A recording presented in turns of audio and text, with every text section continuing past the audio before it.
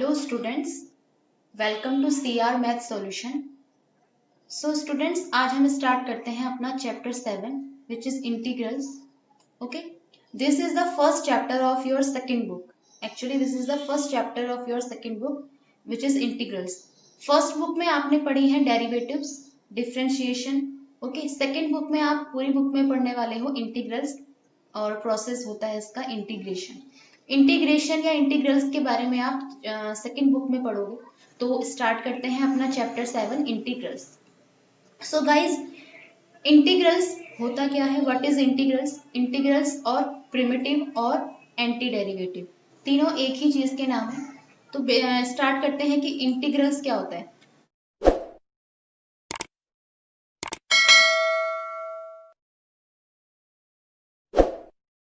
Students, आपने first book में you have studied derivative, how to find a derivative of a function. Suppose you have function y is equals to fx, right?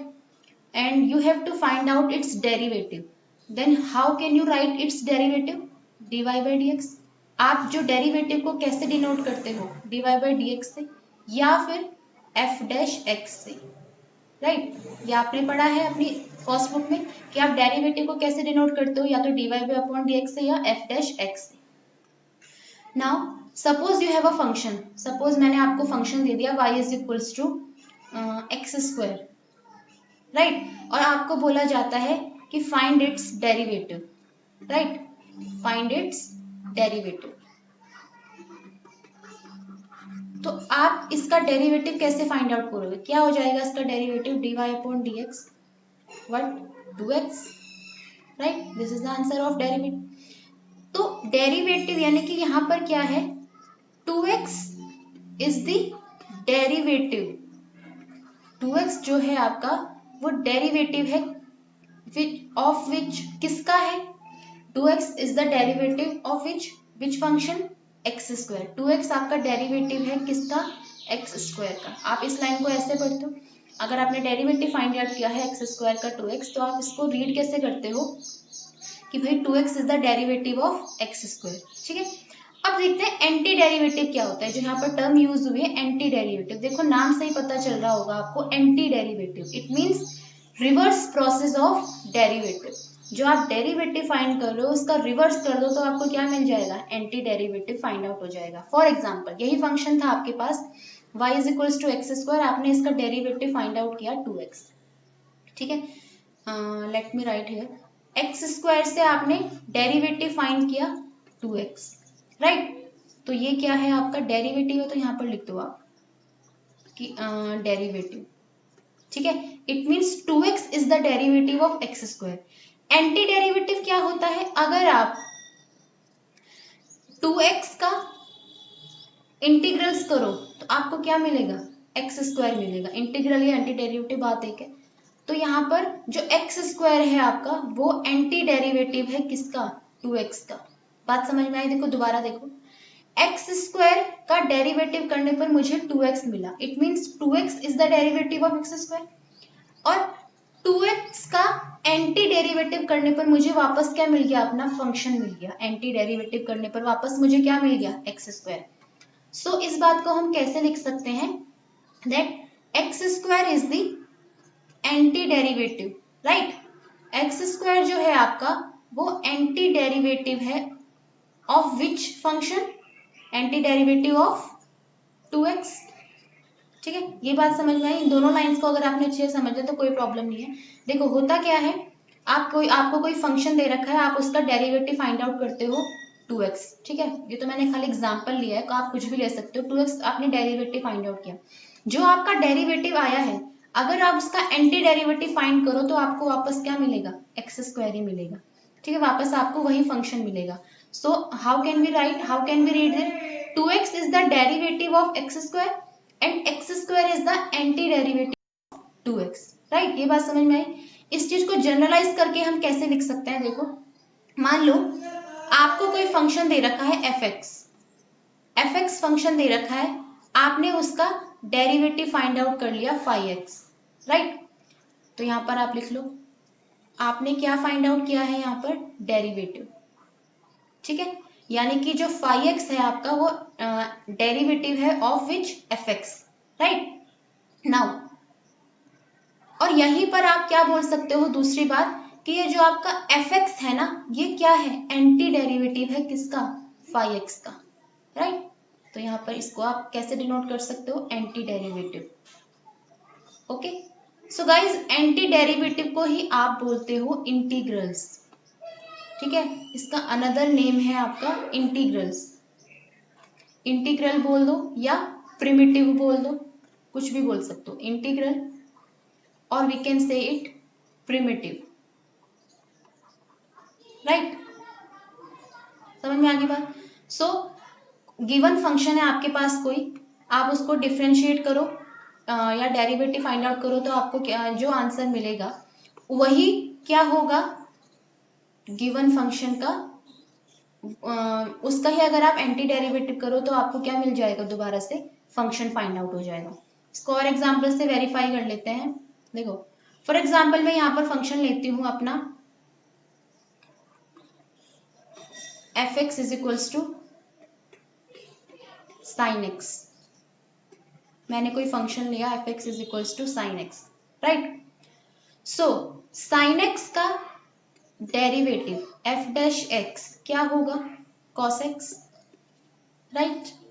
And तो यहां पर हम इस चीज को ऐसे लिख सकते हैं कि साइन एक्स का डेरिवेटिव क्या है, कॉस एक्स है, राइट।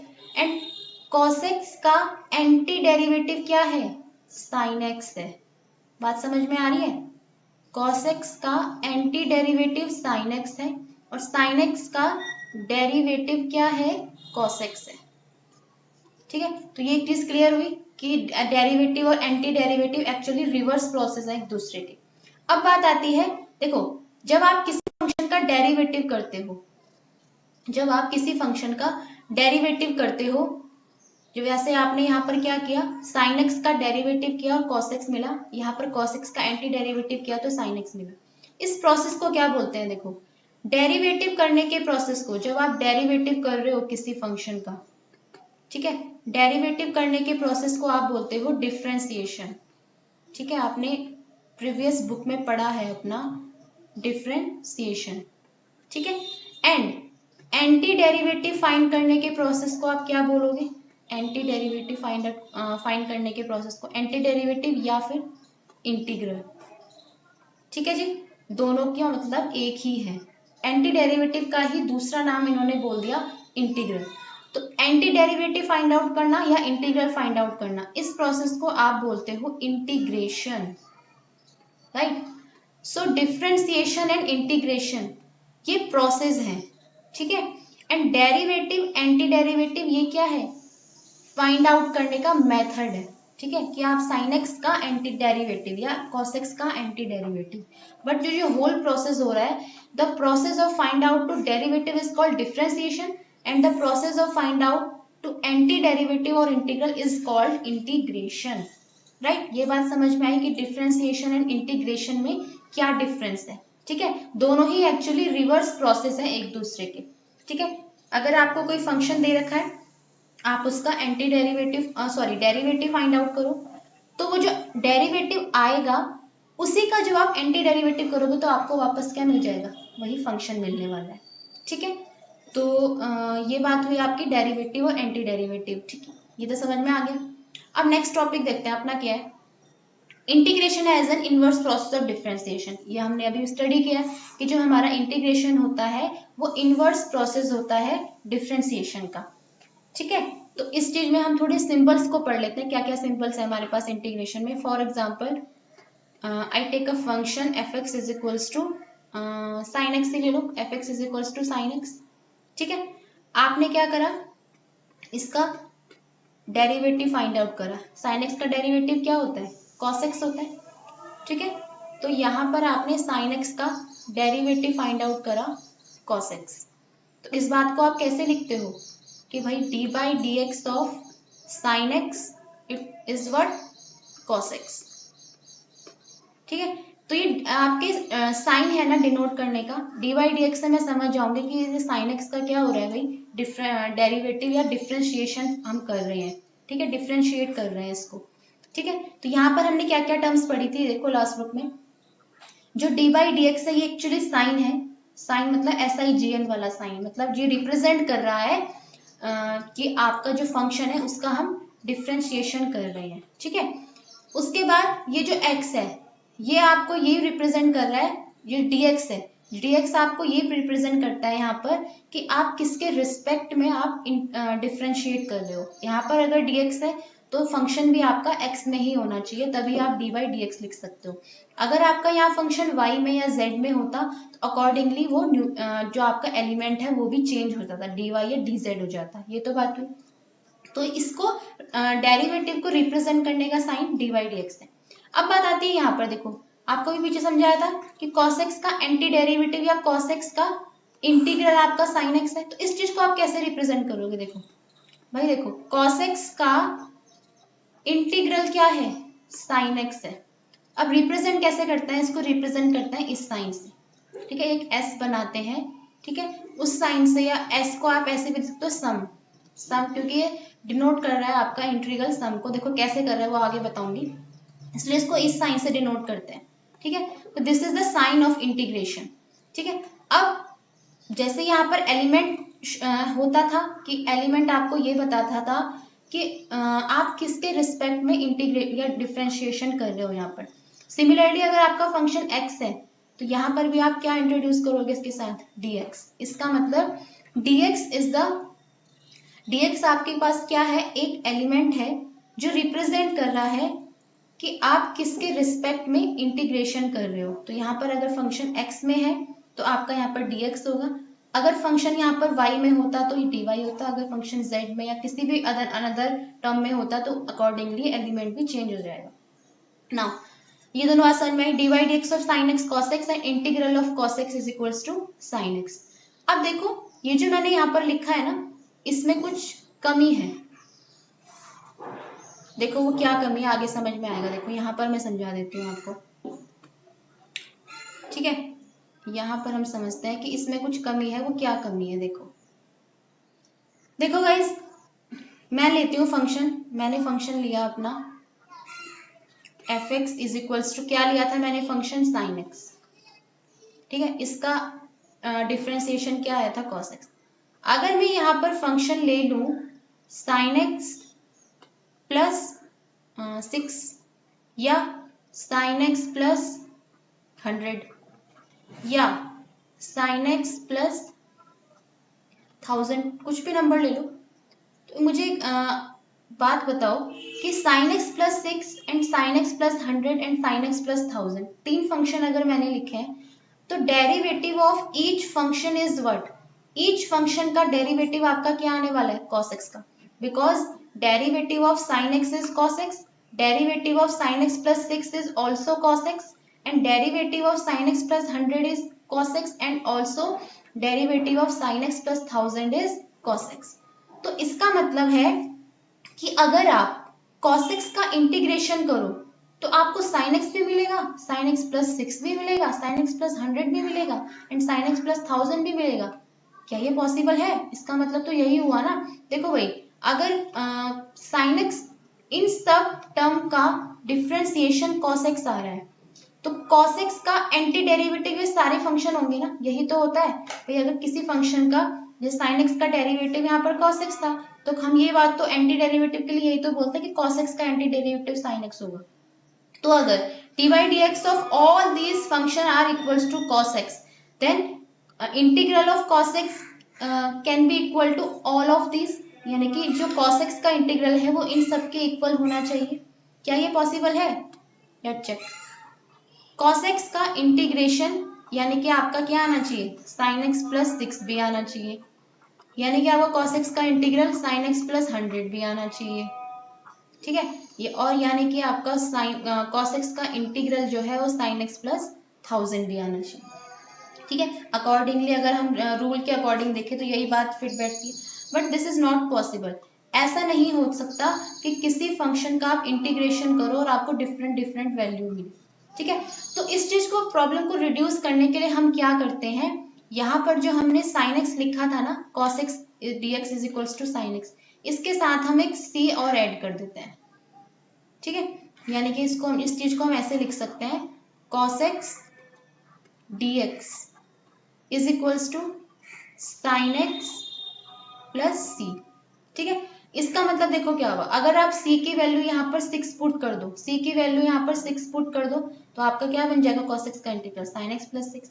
c की वैल्यू पे 100 पुट कर दो, इन c की जगह आप 1000 पुट कर दो तो आपको डिफरेंट डिफरेंट क्या मिलेंगे, फंक्शन मिलेंगे, ठीक है। तो यानी कि cos x का जो अगर आप किसी भी टर्म का किसी भी फंक्शन का इंटीग्रेशन कर रहे हो तो आपको c जरूर इंक्लूड करना है, c ऐड जरूर करना है।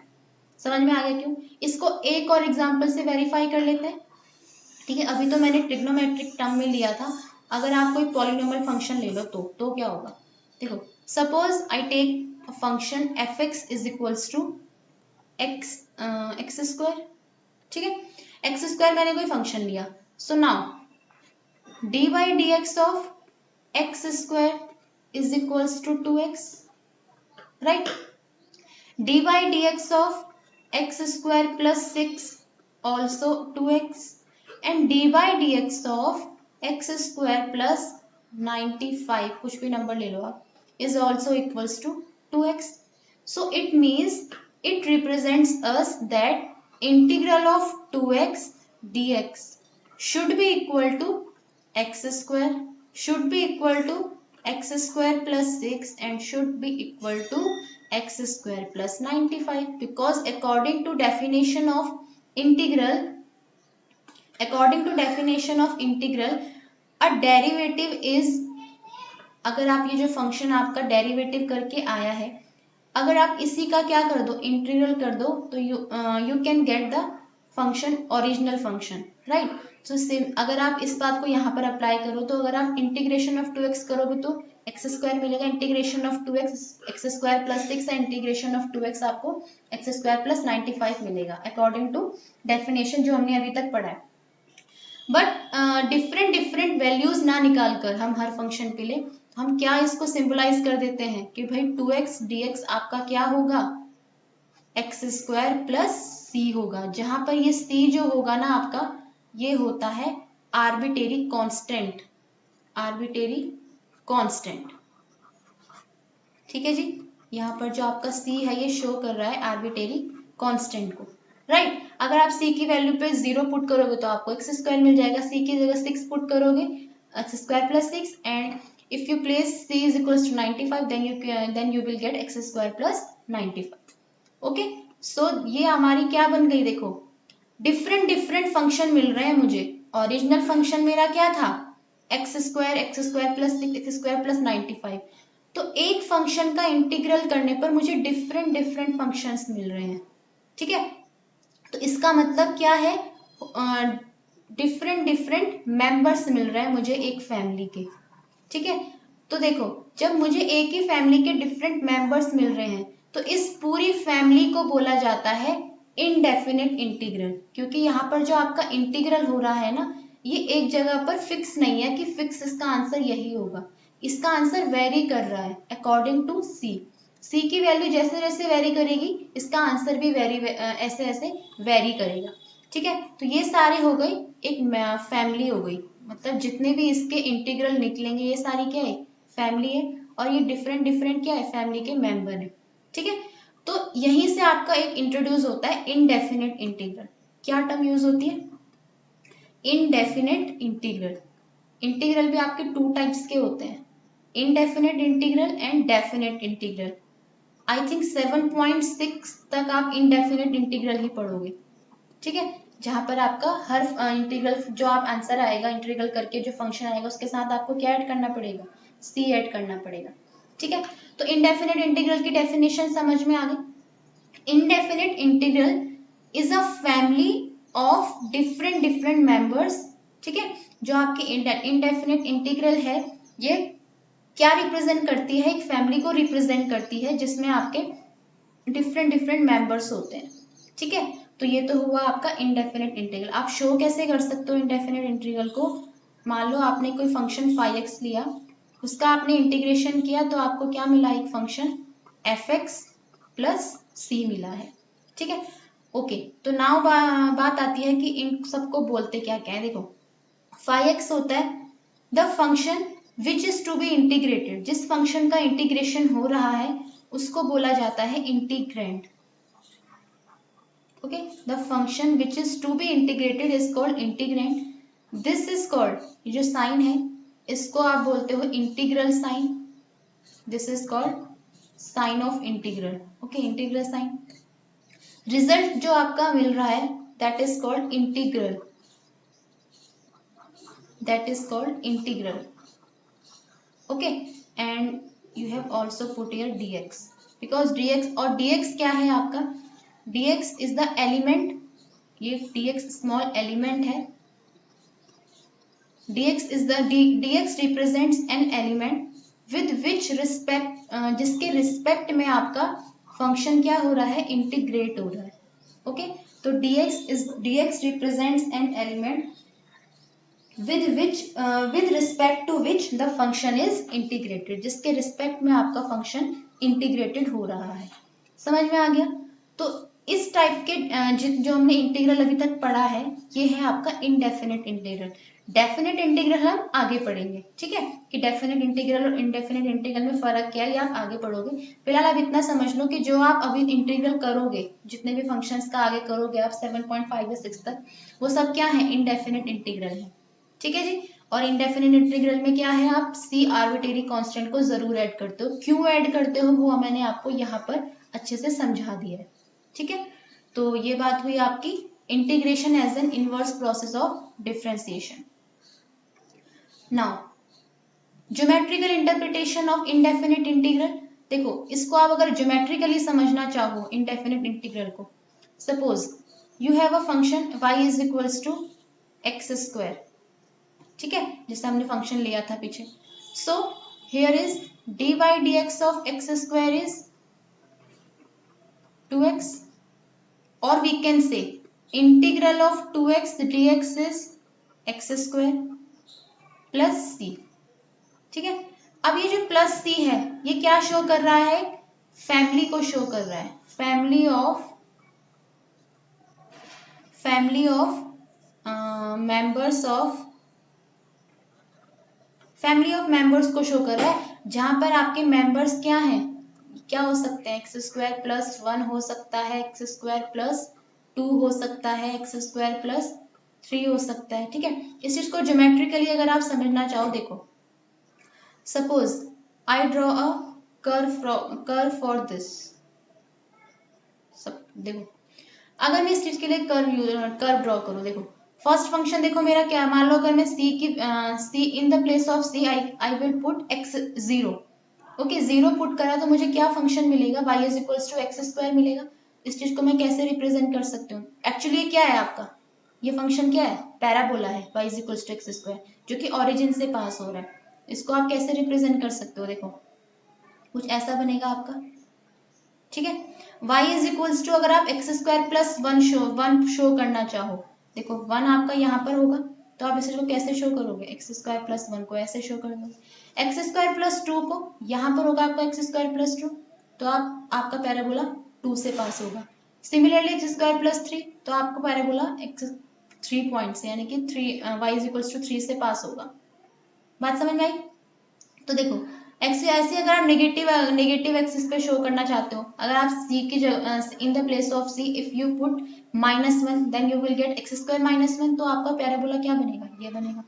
ठीक है, तो देखो आप क्या मिल रहे हैं, आपको डिफरेंट कर्व्स मिल रहे हैं, यानी कि डिफरेंट फैमिली ऑफ कर्व आपको मिल रही है। एक जो आपकी यहाँ मेंबर्स की बात हो रही थी ना, फैमिली ऑफ मेंबर, तो मेंबर्स क्या है इसमें, डिफरेंट कर्व्स हैं, राइट। तो आपको इंटीग्रेशन करने पर क्या मिलती है, एक फैमिली ऑफ कर्व मिल जाती है। ठीक है, इसी फैमिली ऑफ कर्व को, क्योंकि आपको ये डिफरेंट पॉइंट पे डिफरेंट मेंबर्स मिलते हैं फैमिली के, that's why you called it as indefinite integral. ठीक है, इसीलिए आप इस इंटीग्रल को क्या बोलते हो, इनडेफिनेट इंटीग्रल बोलते हो, क्योंकि आपका डिफाइन नहीं है कुछ, मतलब फिक्स नहीं है कि आपको एक ही कर्व मिलेगा, आपको डिफरेंट पॉइंट्स पे डिफरेंट कर्व्स मिल सकते हैं, राइट। सो ये था geometrical interpretation of indefinite integral. लिख दो, you have to find the integral of x cube लिख दो। ठीक है, अगर आपको इंटीग्रल फाइंड आउट करना हो एक्स क्यूब का, तो इंटीग्रल ऑफ एक्स क्यूब आप कैसे फाइंड आउट करोगे? देखो, अब आपको ये सोचना होगा गाइस कि देखो इंटीग्रल ऑफ एक्स क्यूब मुझे फाइंड आउट करना है, ठीक है, तो मुझे एक ऐसा फंक्शन सोचना होगा जिसका डेरिवेटिव करने पर मुझे क्या मिले? एक्स क्यूब मिले। समझ में आ गई बात? ऐसा फंक्शन जिसका डेरिवेटिव करने पर क्या मिले? मुझे एक्स क्यूब मिले, तभी तो मैं इस एक्स क्यूब का इंटीग्रल फाइंड आउट कर पाऊंगी। यहाँ पर जो फंक्शन आएगा, जो फंक्शन का आप डेरिवेटिव करने पर एक्स क्यूब फाइंड आउट कर रहे हो, वही फंक्शन क्या होगा? एक्स क्यूब का इंटीग्रल होगा। तो अब मैंने सोचा कि ऐसा कौन सा फंक्शन है जिसका डेरिवेटिव करने पर मुझे एक्स क्यूब मिलता है। देखो, अगर यहाँ पर ये काम आप रफ में करोगे, ठीक है, सपोज देखो, अगर मैं डी बाई डी एक्स करती हूँ एक्स टू दी पावर 4 का, तो मुझे क्या मिलता है गाइज? 4x क्यूब मिलता है, राइट? तो मिल रहा है मुझे, लेकिन यहाँ पर साथ पूरा फंक्शन क्या आ रहा है मेरा? 4 की करने पर 4x क्यूब आ रहा है, ठीक है, लेकिन मुझे क्या चाहिए? सिर्फ मुझे तो चाहिए सिर्फ क्या? मुझे तो ये x क्यूब चाहिए, ठीक है। अब ये खाली ओनली x क्यूब मुझे फाइंड आउट करना है, तो मैं क्या करूंगी? जो मेरा 4 है ना, ये अगर इसके साथ मल्टीप्लाई में है तो ये कहाँ चला जाएगा? इधर चला जाएगा, ये हो जाएगा 1/4 d by d x of x to the power 4 is equals to x cube. Okay, और आपने ये पढ़ा है कि अगर कांस्टेंट, आपने ये पढ़ा था ना, के अपॉन अगर के into D by d x of function हो, तो आप इसको ऐसे भी लिख सकते हो, एफ ऑफ के एक्स डी एक्स। ठीक है, ये आपने अलजेब्रा में पढ़ा था कि उस फंक्शन को अगर आप ऐसे भी लिख दो, इसको d by d x of 1/4 x to the power 4, तब भी आपका क्या आएगा गाइज? एक्स क्यूब भी आएगा, क्योंकि आप 1/4 के कांस्टेंट है, इसको आप बाहर ले लोगे, टेक आउट इट, ठीक है। तो और फिर अगर x4 को आप इंटीग्रेशन करोगे तब आपको क्या मिलेगा? एक्स क्यूब मिलेगा, ठीक है। तो देखो, मैंने क्या करा actually, x to the power 4 का मेरा इंटीग्रेशन है 4x, सॉरी डिफरेंशिएशन डेरिवेटिव है 4x क्यूब, बट मुझे क्या चाहिए था? ओनली फंक्शन मेरा एक्स क्यूब चाहिए था। एक्स क्यूब को फाइंड आउट करने के लिए मैं इस 4 को कहाँ ले गई? अपॉन में ले गई, तो d by d x of क्या बन गया मेरा? 1/4 एक्स टू दी पावर 4, ठीक है गाइस। इस चीज को आप यहाँ लिख दो, d by d x of 1/4 x to the power 4 is equals to x cube. होता है? देखो, अगर अभी भी कंफ्यूज हो रहे हो तो भाई करके देख लो, करो, D by d x of करो आप 1/4 एक्स टू दी पावर 4 का, ठीक है, क्या होगा? 1/4 बाहर, एक्स टू दी पावर 4 का डिफरेंशिएशन क्या होता है? 4x cube. तो क्या क्या मिला आपको आंसर? एक्स क्यूब मिला, ठीक है। तो मैंने एक ऐसा फंक्शन फाइंड आउट कर लिया जिसका डेरिवेटिव क्या आ रहा है? एक्स क्यूब आ रहा है। सो अगर गिवन फंक्शन यानी कि fx का डेरिवेटिव 5x है, तो 5x का एंटी डेरिवेटिव क्या होता है? fx होता है, ठीक है। और इसके साथ मुझे क्या ऐड करना पड़ेगा? यहाँ पर c ऐड करना पड़ेगा, ठीक है, 1/4 x to the power 4 plus c क्यों ऐड कर रही हूं मैं? मान लो, देखो, मान लो 1/4 एक्स टू दी पावर 4 है, इसके साथ अगर 1 हो प्लस 1, अगर ऐसा हो 1/4 x to the power 4 plus 1, इसका आप डी बाई डी एक्स करो, ठीक है, 1/4 x to the power 4 plus 100, इसका भी आप डी बाई डी एक्स करो, तब भी आपको क्या मिलने वाला है? एक्स क्यूब मिलने वाला है।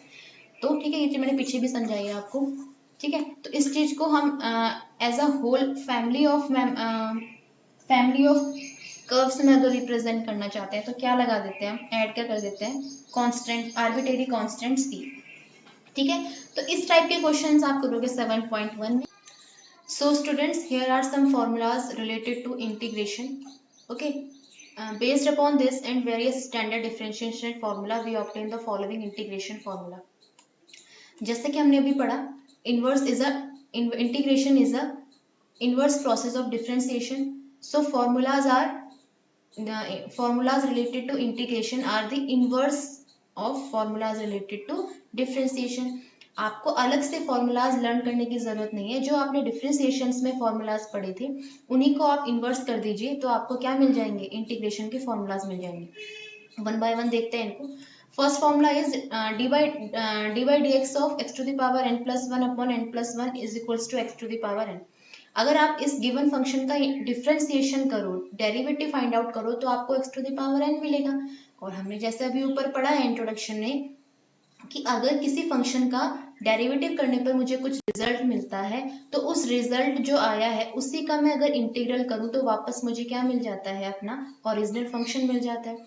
So x to the power n इसका डेरिवेटिव था, तो x to the power n का आप इंटीग्रेशन करो, अगर इंटीग्रल फाइंड आउट करो तो आपको क्या मिल जाएगा, वापस से ये फंक्शन मिल जाएगा। अब आप लोग ये थोड़ा कंफ्यूज मत होना कि इतने x to the power n plus one upon n plus one का डेरिवेटिव ये कैसा है। देखो कर लेते हैं इसको। देखो अगर आप यहाँ पे फाइंड आउट करो x to the power n plus one upon n plus one, ठीक है, इसका आप क्या कर रहे हो, इसका आप कर रहे हो D upon d x find out, ठीक है। तो देखो एन प्लस वन तो आपका कांस्टेंट है, तो one upon n plus one तो कांस्टेंट है, तो इसको आप बाहर ले सकते हो।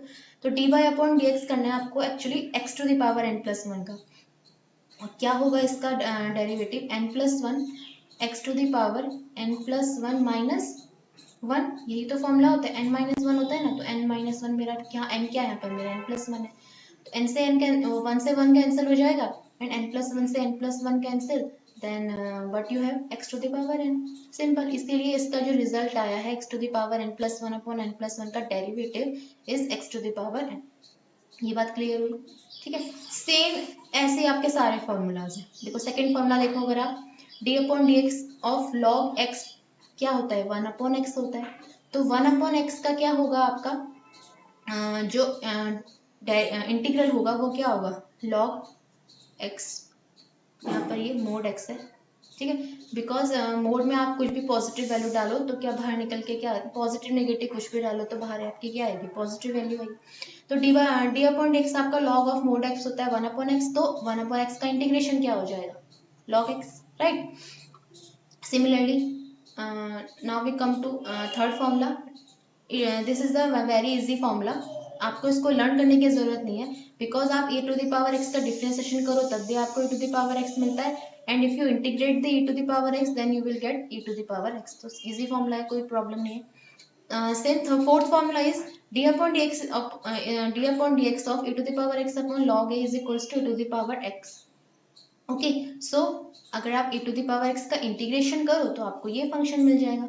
अब ये फॉर्मूले में क्या प्रॉब्लम है, देखो आपने जो फॉर्मूला पढ़ा था वो ये पढ़ा था कि d upon d x of a to the power x, ठीक है, d upon d x of a to the power x आपके पास ये होता था a to the power x into log a to the base e, ठीक है। Generally हमने क्या किया है, हमें क्या चाहिए, ए टू द पावर एक्स का इंटीग्रेशन चाहिए ना इस वाले फंक्शन का, तो हम क्या करेंगे, लॉग ए को अपॉन में ले आएंगे यहाँ पर, तो ये क्या हो जाएगा डी अपॉन, और लॉग ए कांस्टेंट है तो कांस्टेंट को आप चाहे अंदर लिख लो, कोई फर्क नहीं पड़ता है, तो log e to the base ए।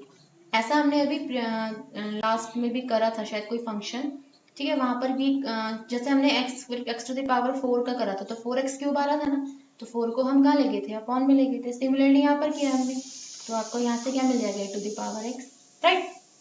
तो इसलिए ये फॉर्मूला ऐसे बना है, ठीक है गाइस, ठीक है। ये तो बात हुई इस फॉर्मूले की। सिमिलरली आपके सारे फॉर्मूले हैं, D upon d x of minus cos x क्या होता है आपके पास, साइन एक्स होता है, तो साइन एक्स का इंटीग्रेशन क्या हो जाएगा, माइनस कॉस एक्स हो जाएगा, राइट।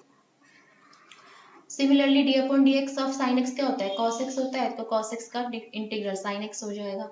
तो ये सारे ट्रिग्नोमेट्री के फॉर्मूले हो गए। ये आपके हो गया d upon d x of log sine x cot x होता था, तो इंटीग्रल ऑफ कॉट एक्स क्या हो जाएगा, लॉग साइन एक्स। तो आपको अलग से फॉर्मूलाज कुछ याद करने की जरूरत नहीं है, अगर आपको डिफरेंशिएशन के फॉर्मूलाज याद हैं तो you can easily derive the formula of integration.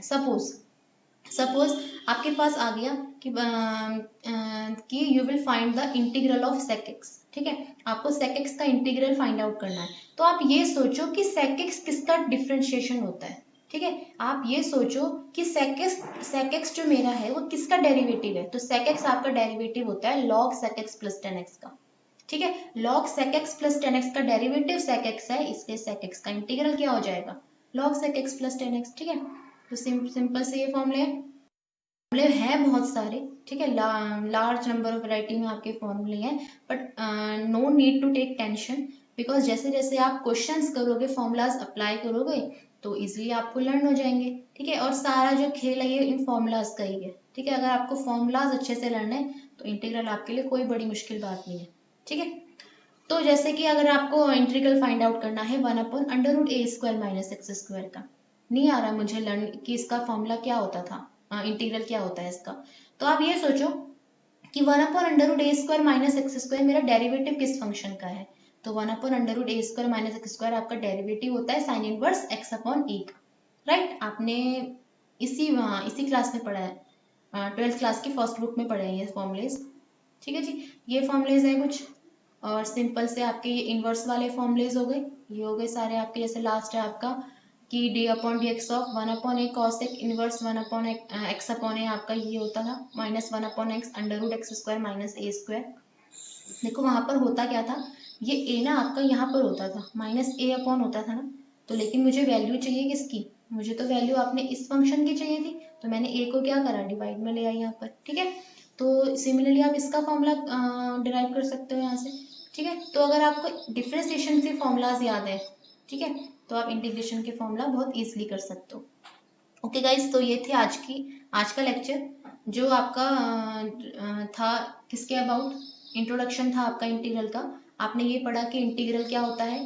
ठीक है, how can we find the integration, ठीक है, as an inverse process of differentiation. ये अगर देखो गाइज, आपको लग रहा होगा कि इंट्रोडक्शन तो बहुत बड़ा हो गया, तो गाइज इंट्रोडक्शन में ही टाइम लगता है। ठीक है, इंट्रोडक्शन में ही आपको समझने में टाइम, क्योंकि आप किसी नई चीज़ को इंट्रोड्यूस कर रहे हो अपने लिए। ठीक है, अगर कोई चीज़ आप नई चीज़ समझ रहे हो तो थोड़ा टाइम तो लगता है ना समझने में, लेकिन अगर आपने इंट्रोडक्शन अच्छे से समझ लिया तो आपके लिए एक्सरसाइज कोई बड़ी बात नहीं है। ठीक है, एक्सरसाइज में क्या है, क्वेश्चन होंगे, उनको सॉल्व करना है, तो क्वेश्चन सॉल्व आप तभी तो कर पाओगे जब आपने इंटीग्रेशन बहुत अच्छे से लर्न किया हो, ये समझा हो। ठीक है गाइज, तो ये था आज का वीडियो। तो कल के वीडियो में करते हैं हम इंटीग्रल से रिलेटेड क्वेश्चंस अपने एक्सरसाइज 7.1 के। सो तब तक आप इन फॉर्मूलाज को लर्न कीजिए। ओके, सो मिलते हैं कल की वीडियो में। ओके, तब तक के लिए थैंक यू सो मच।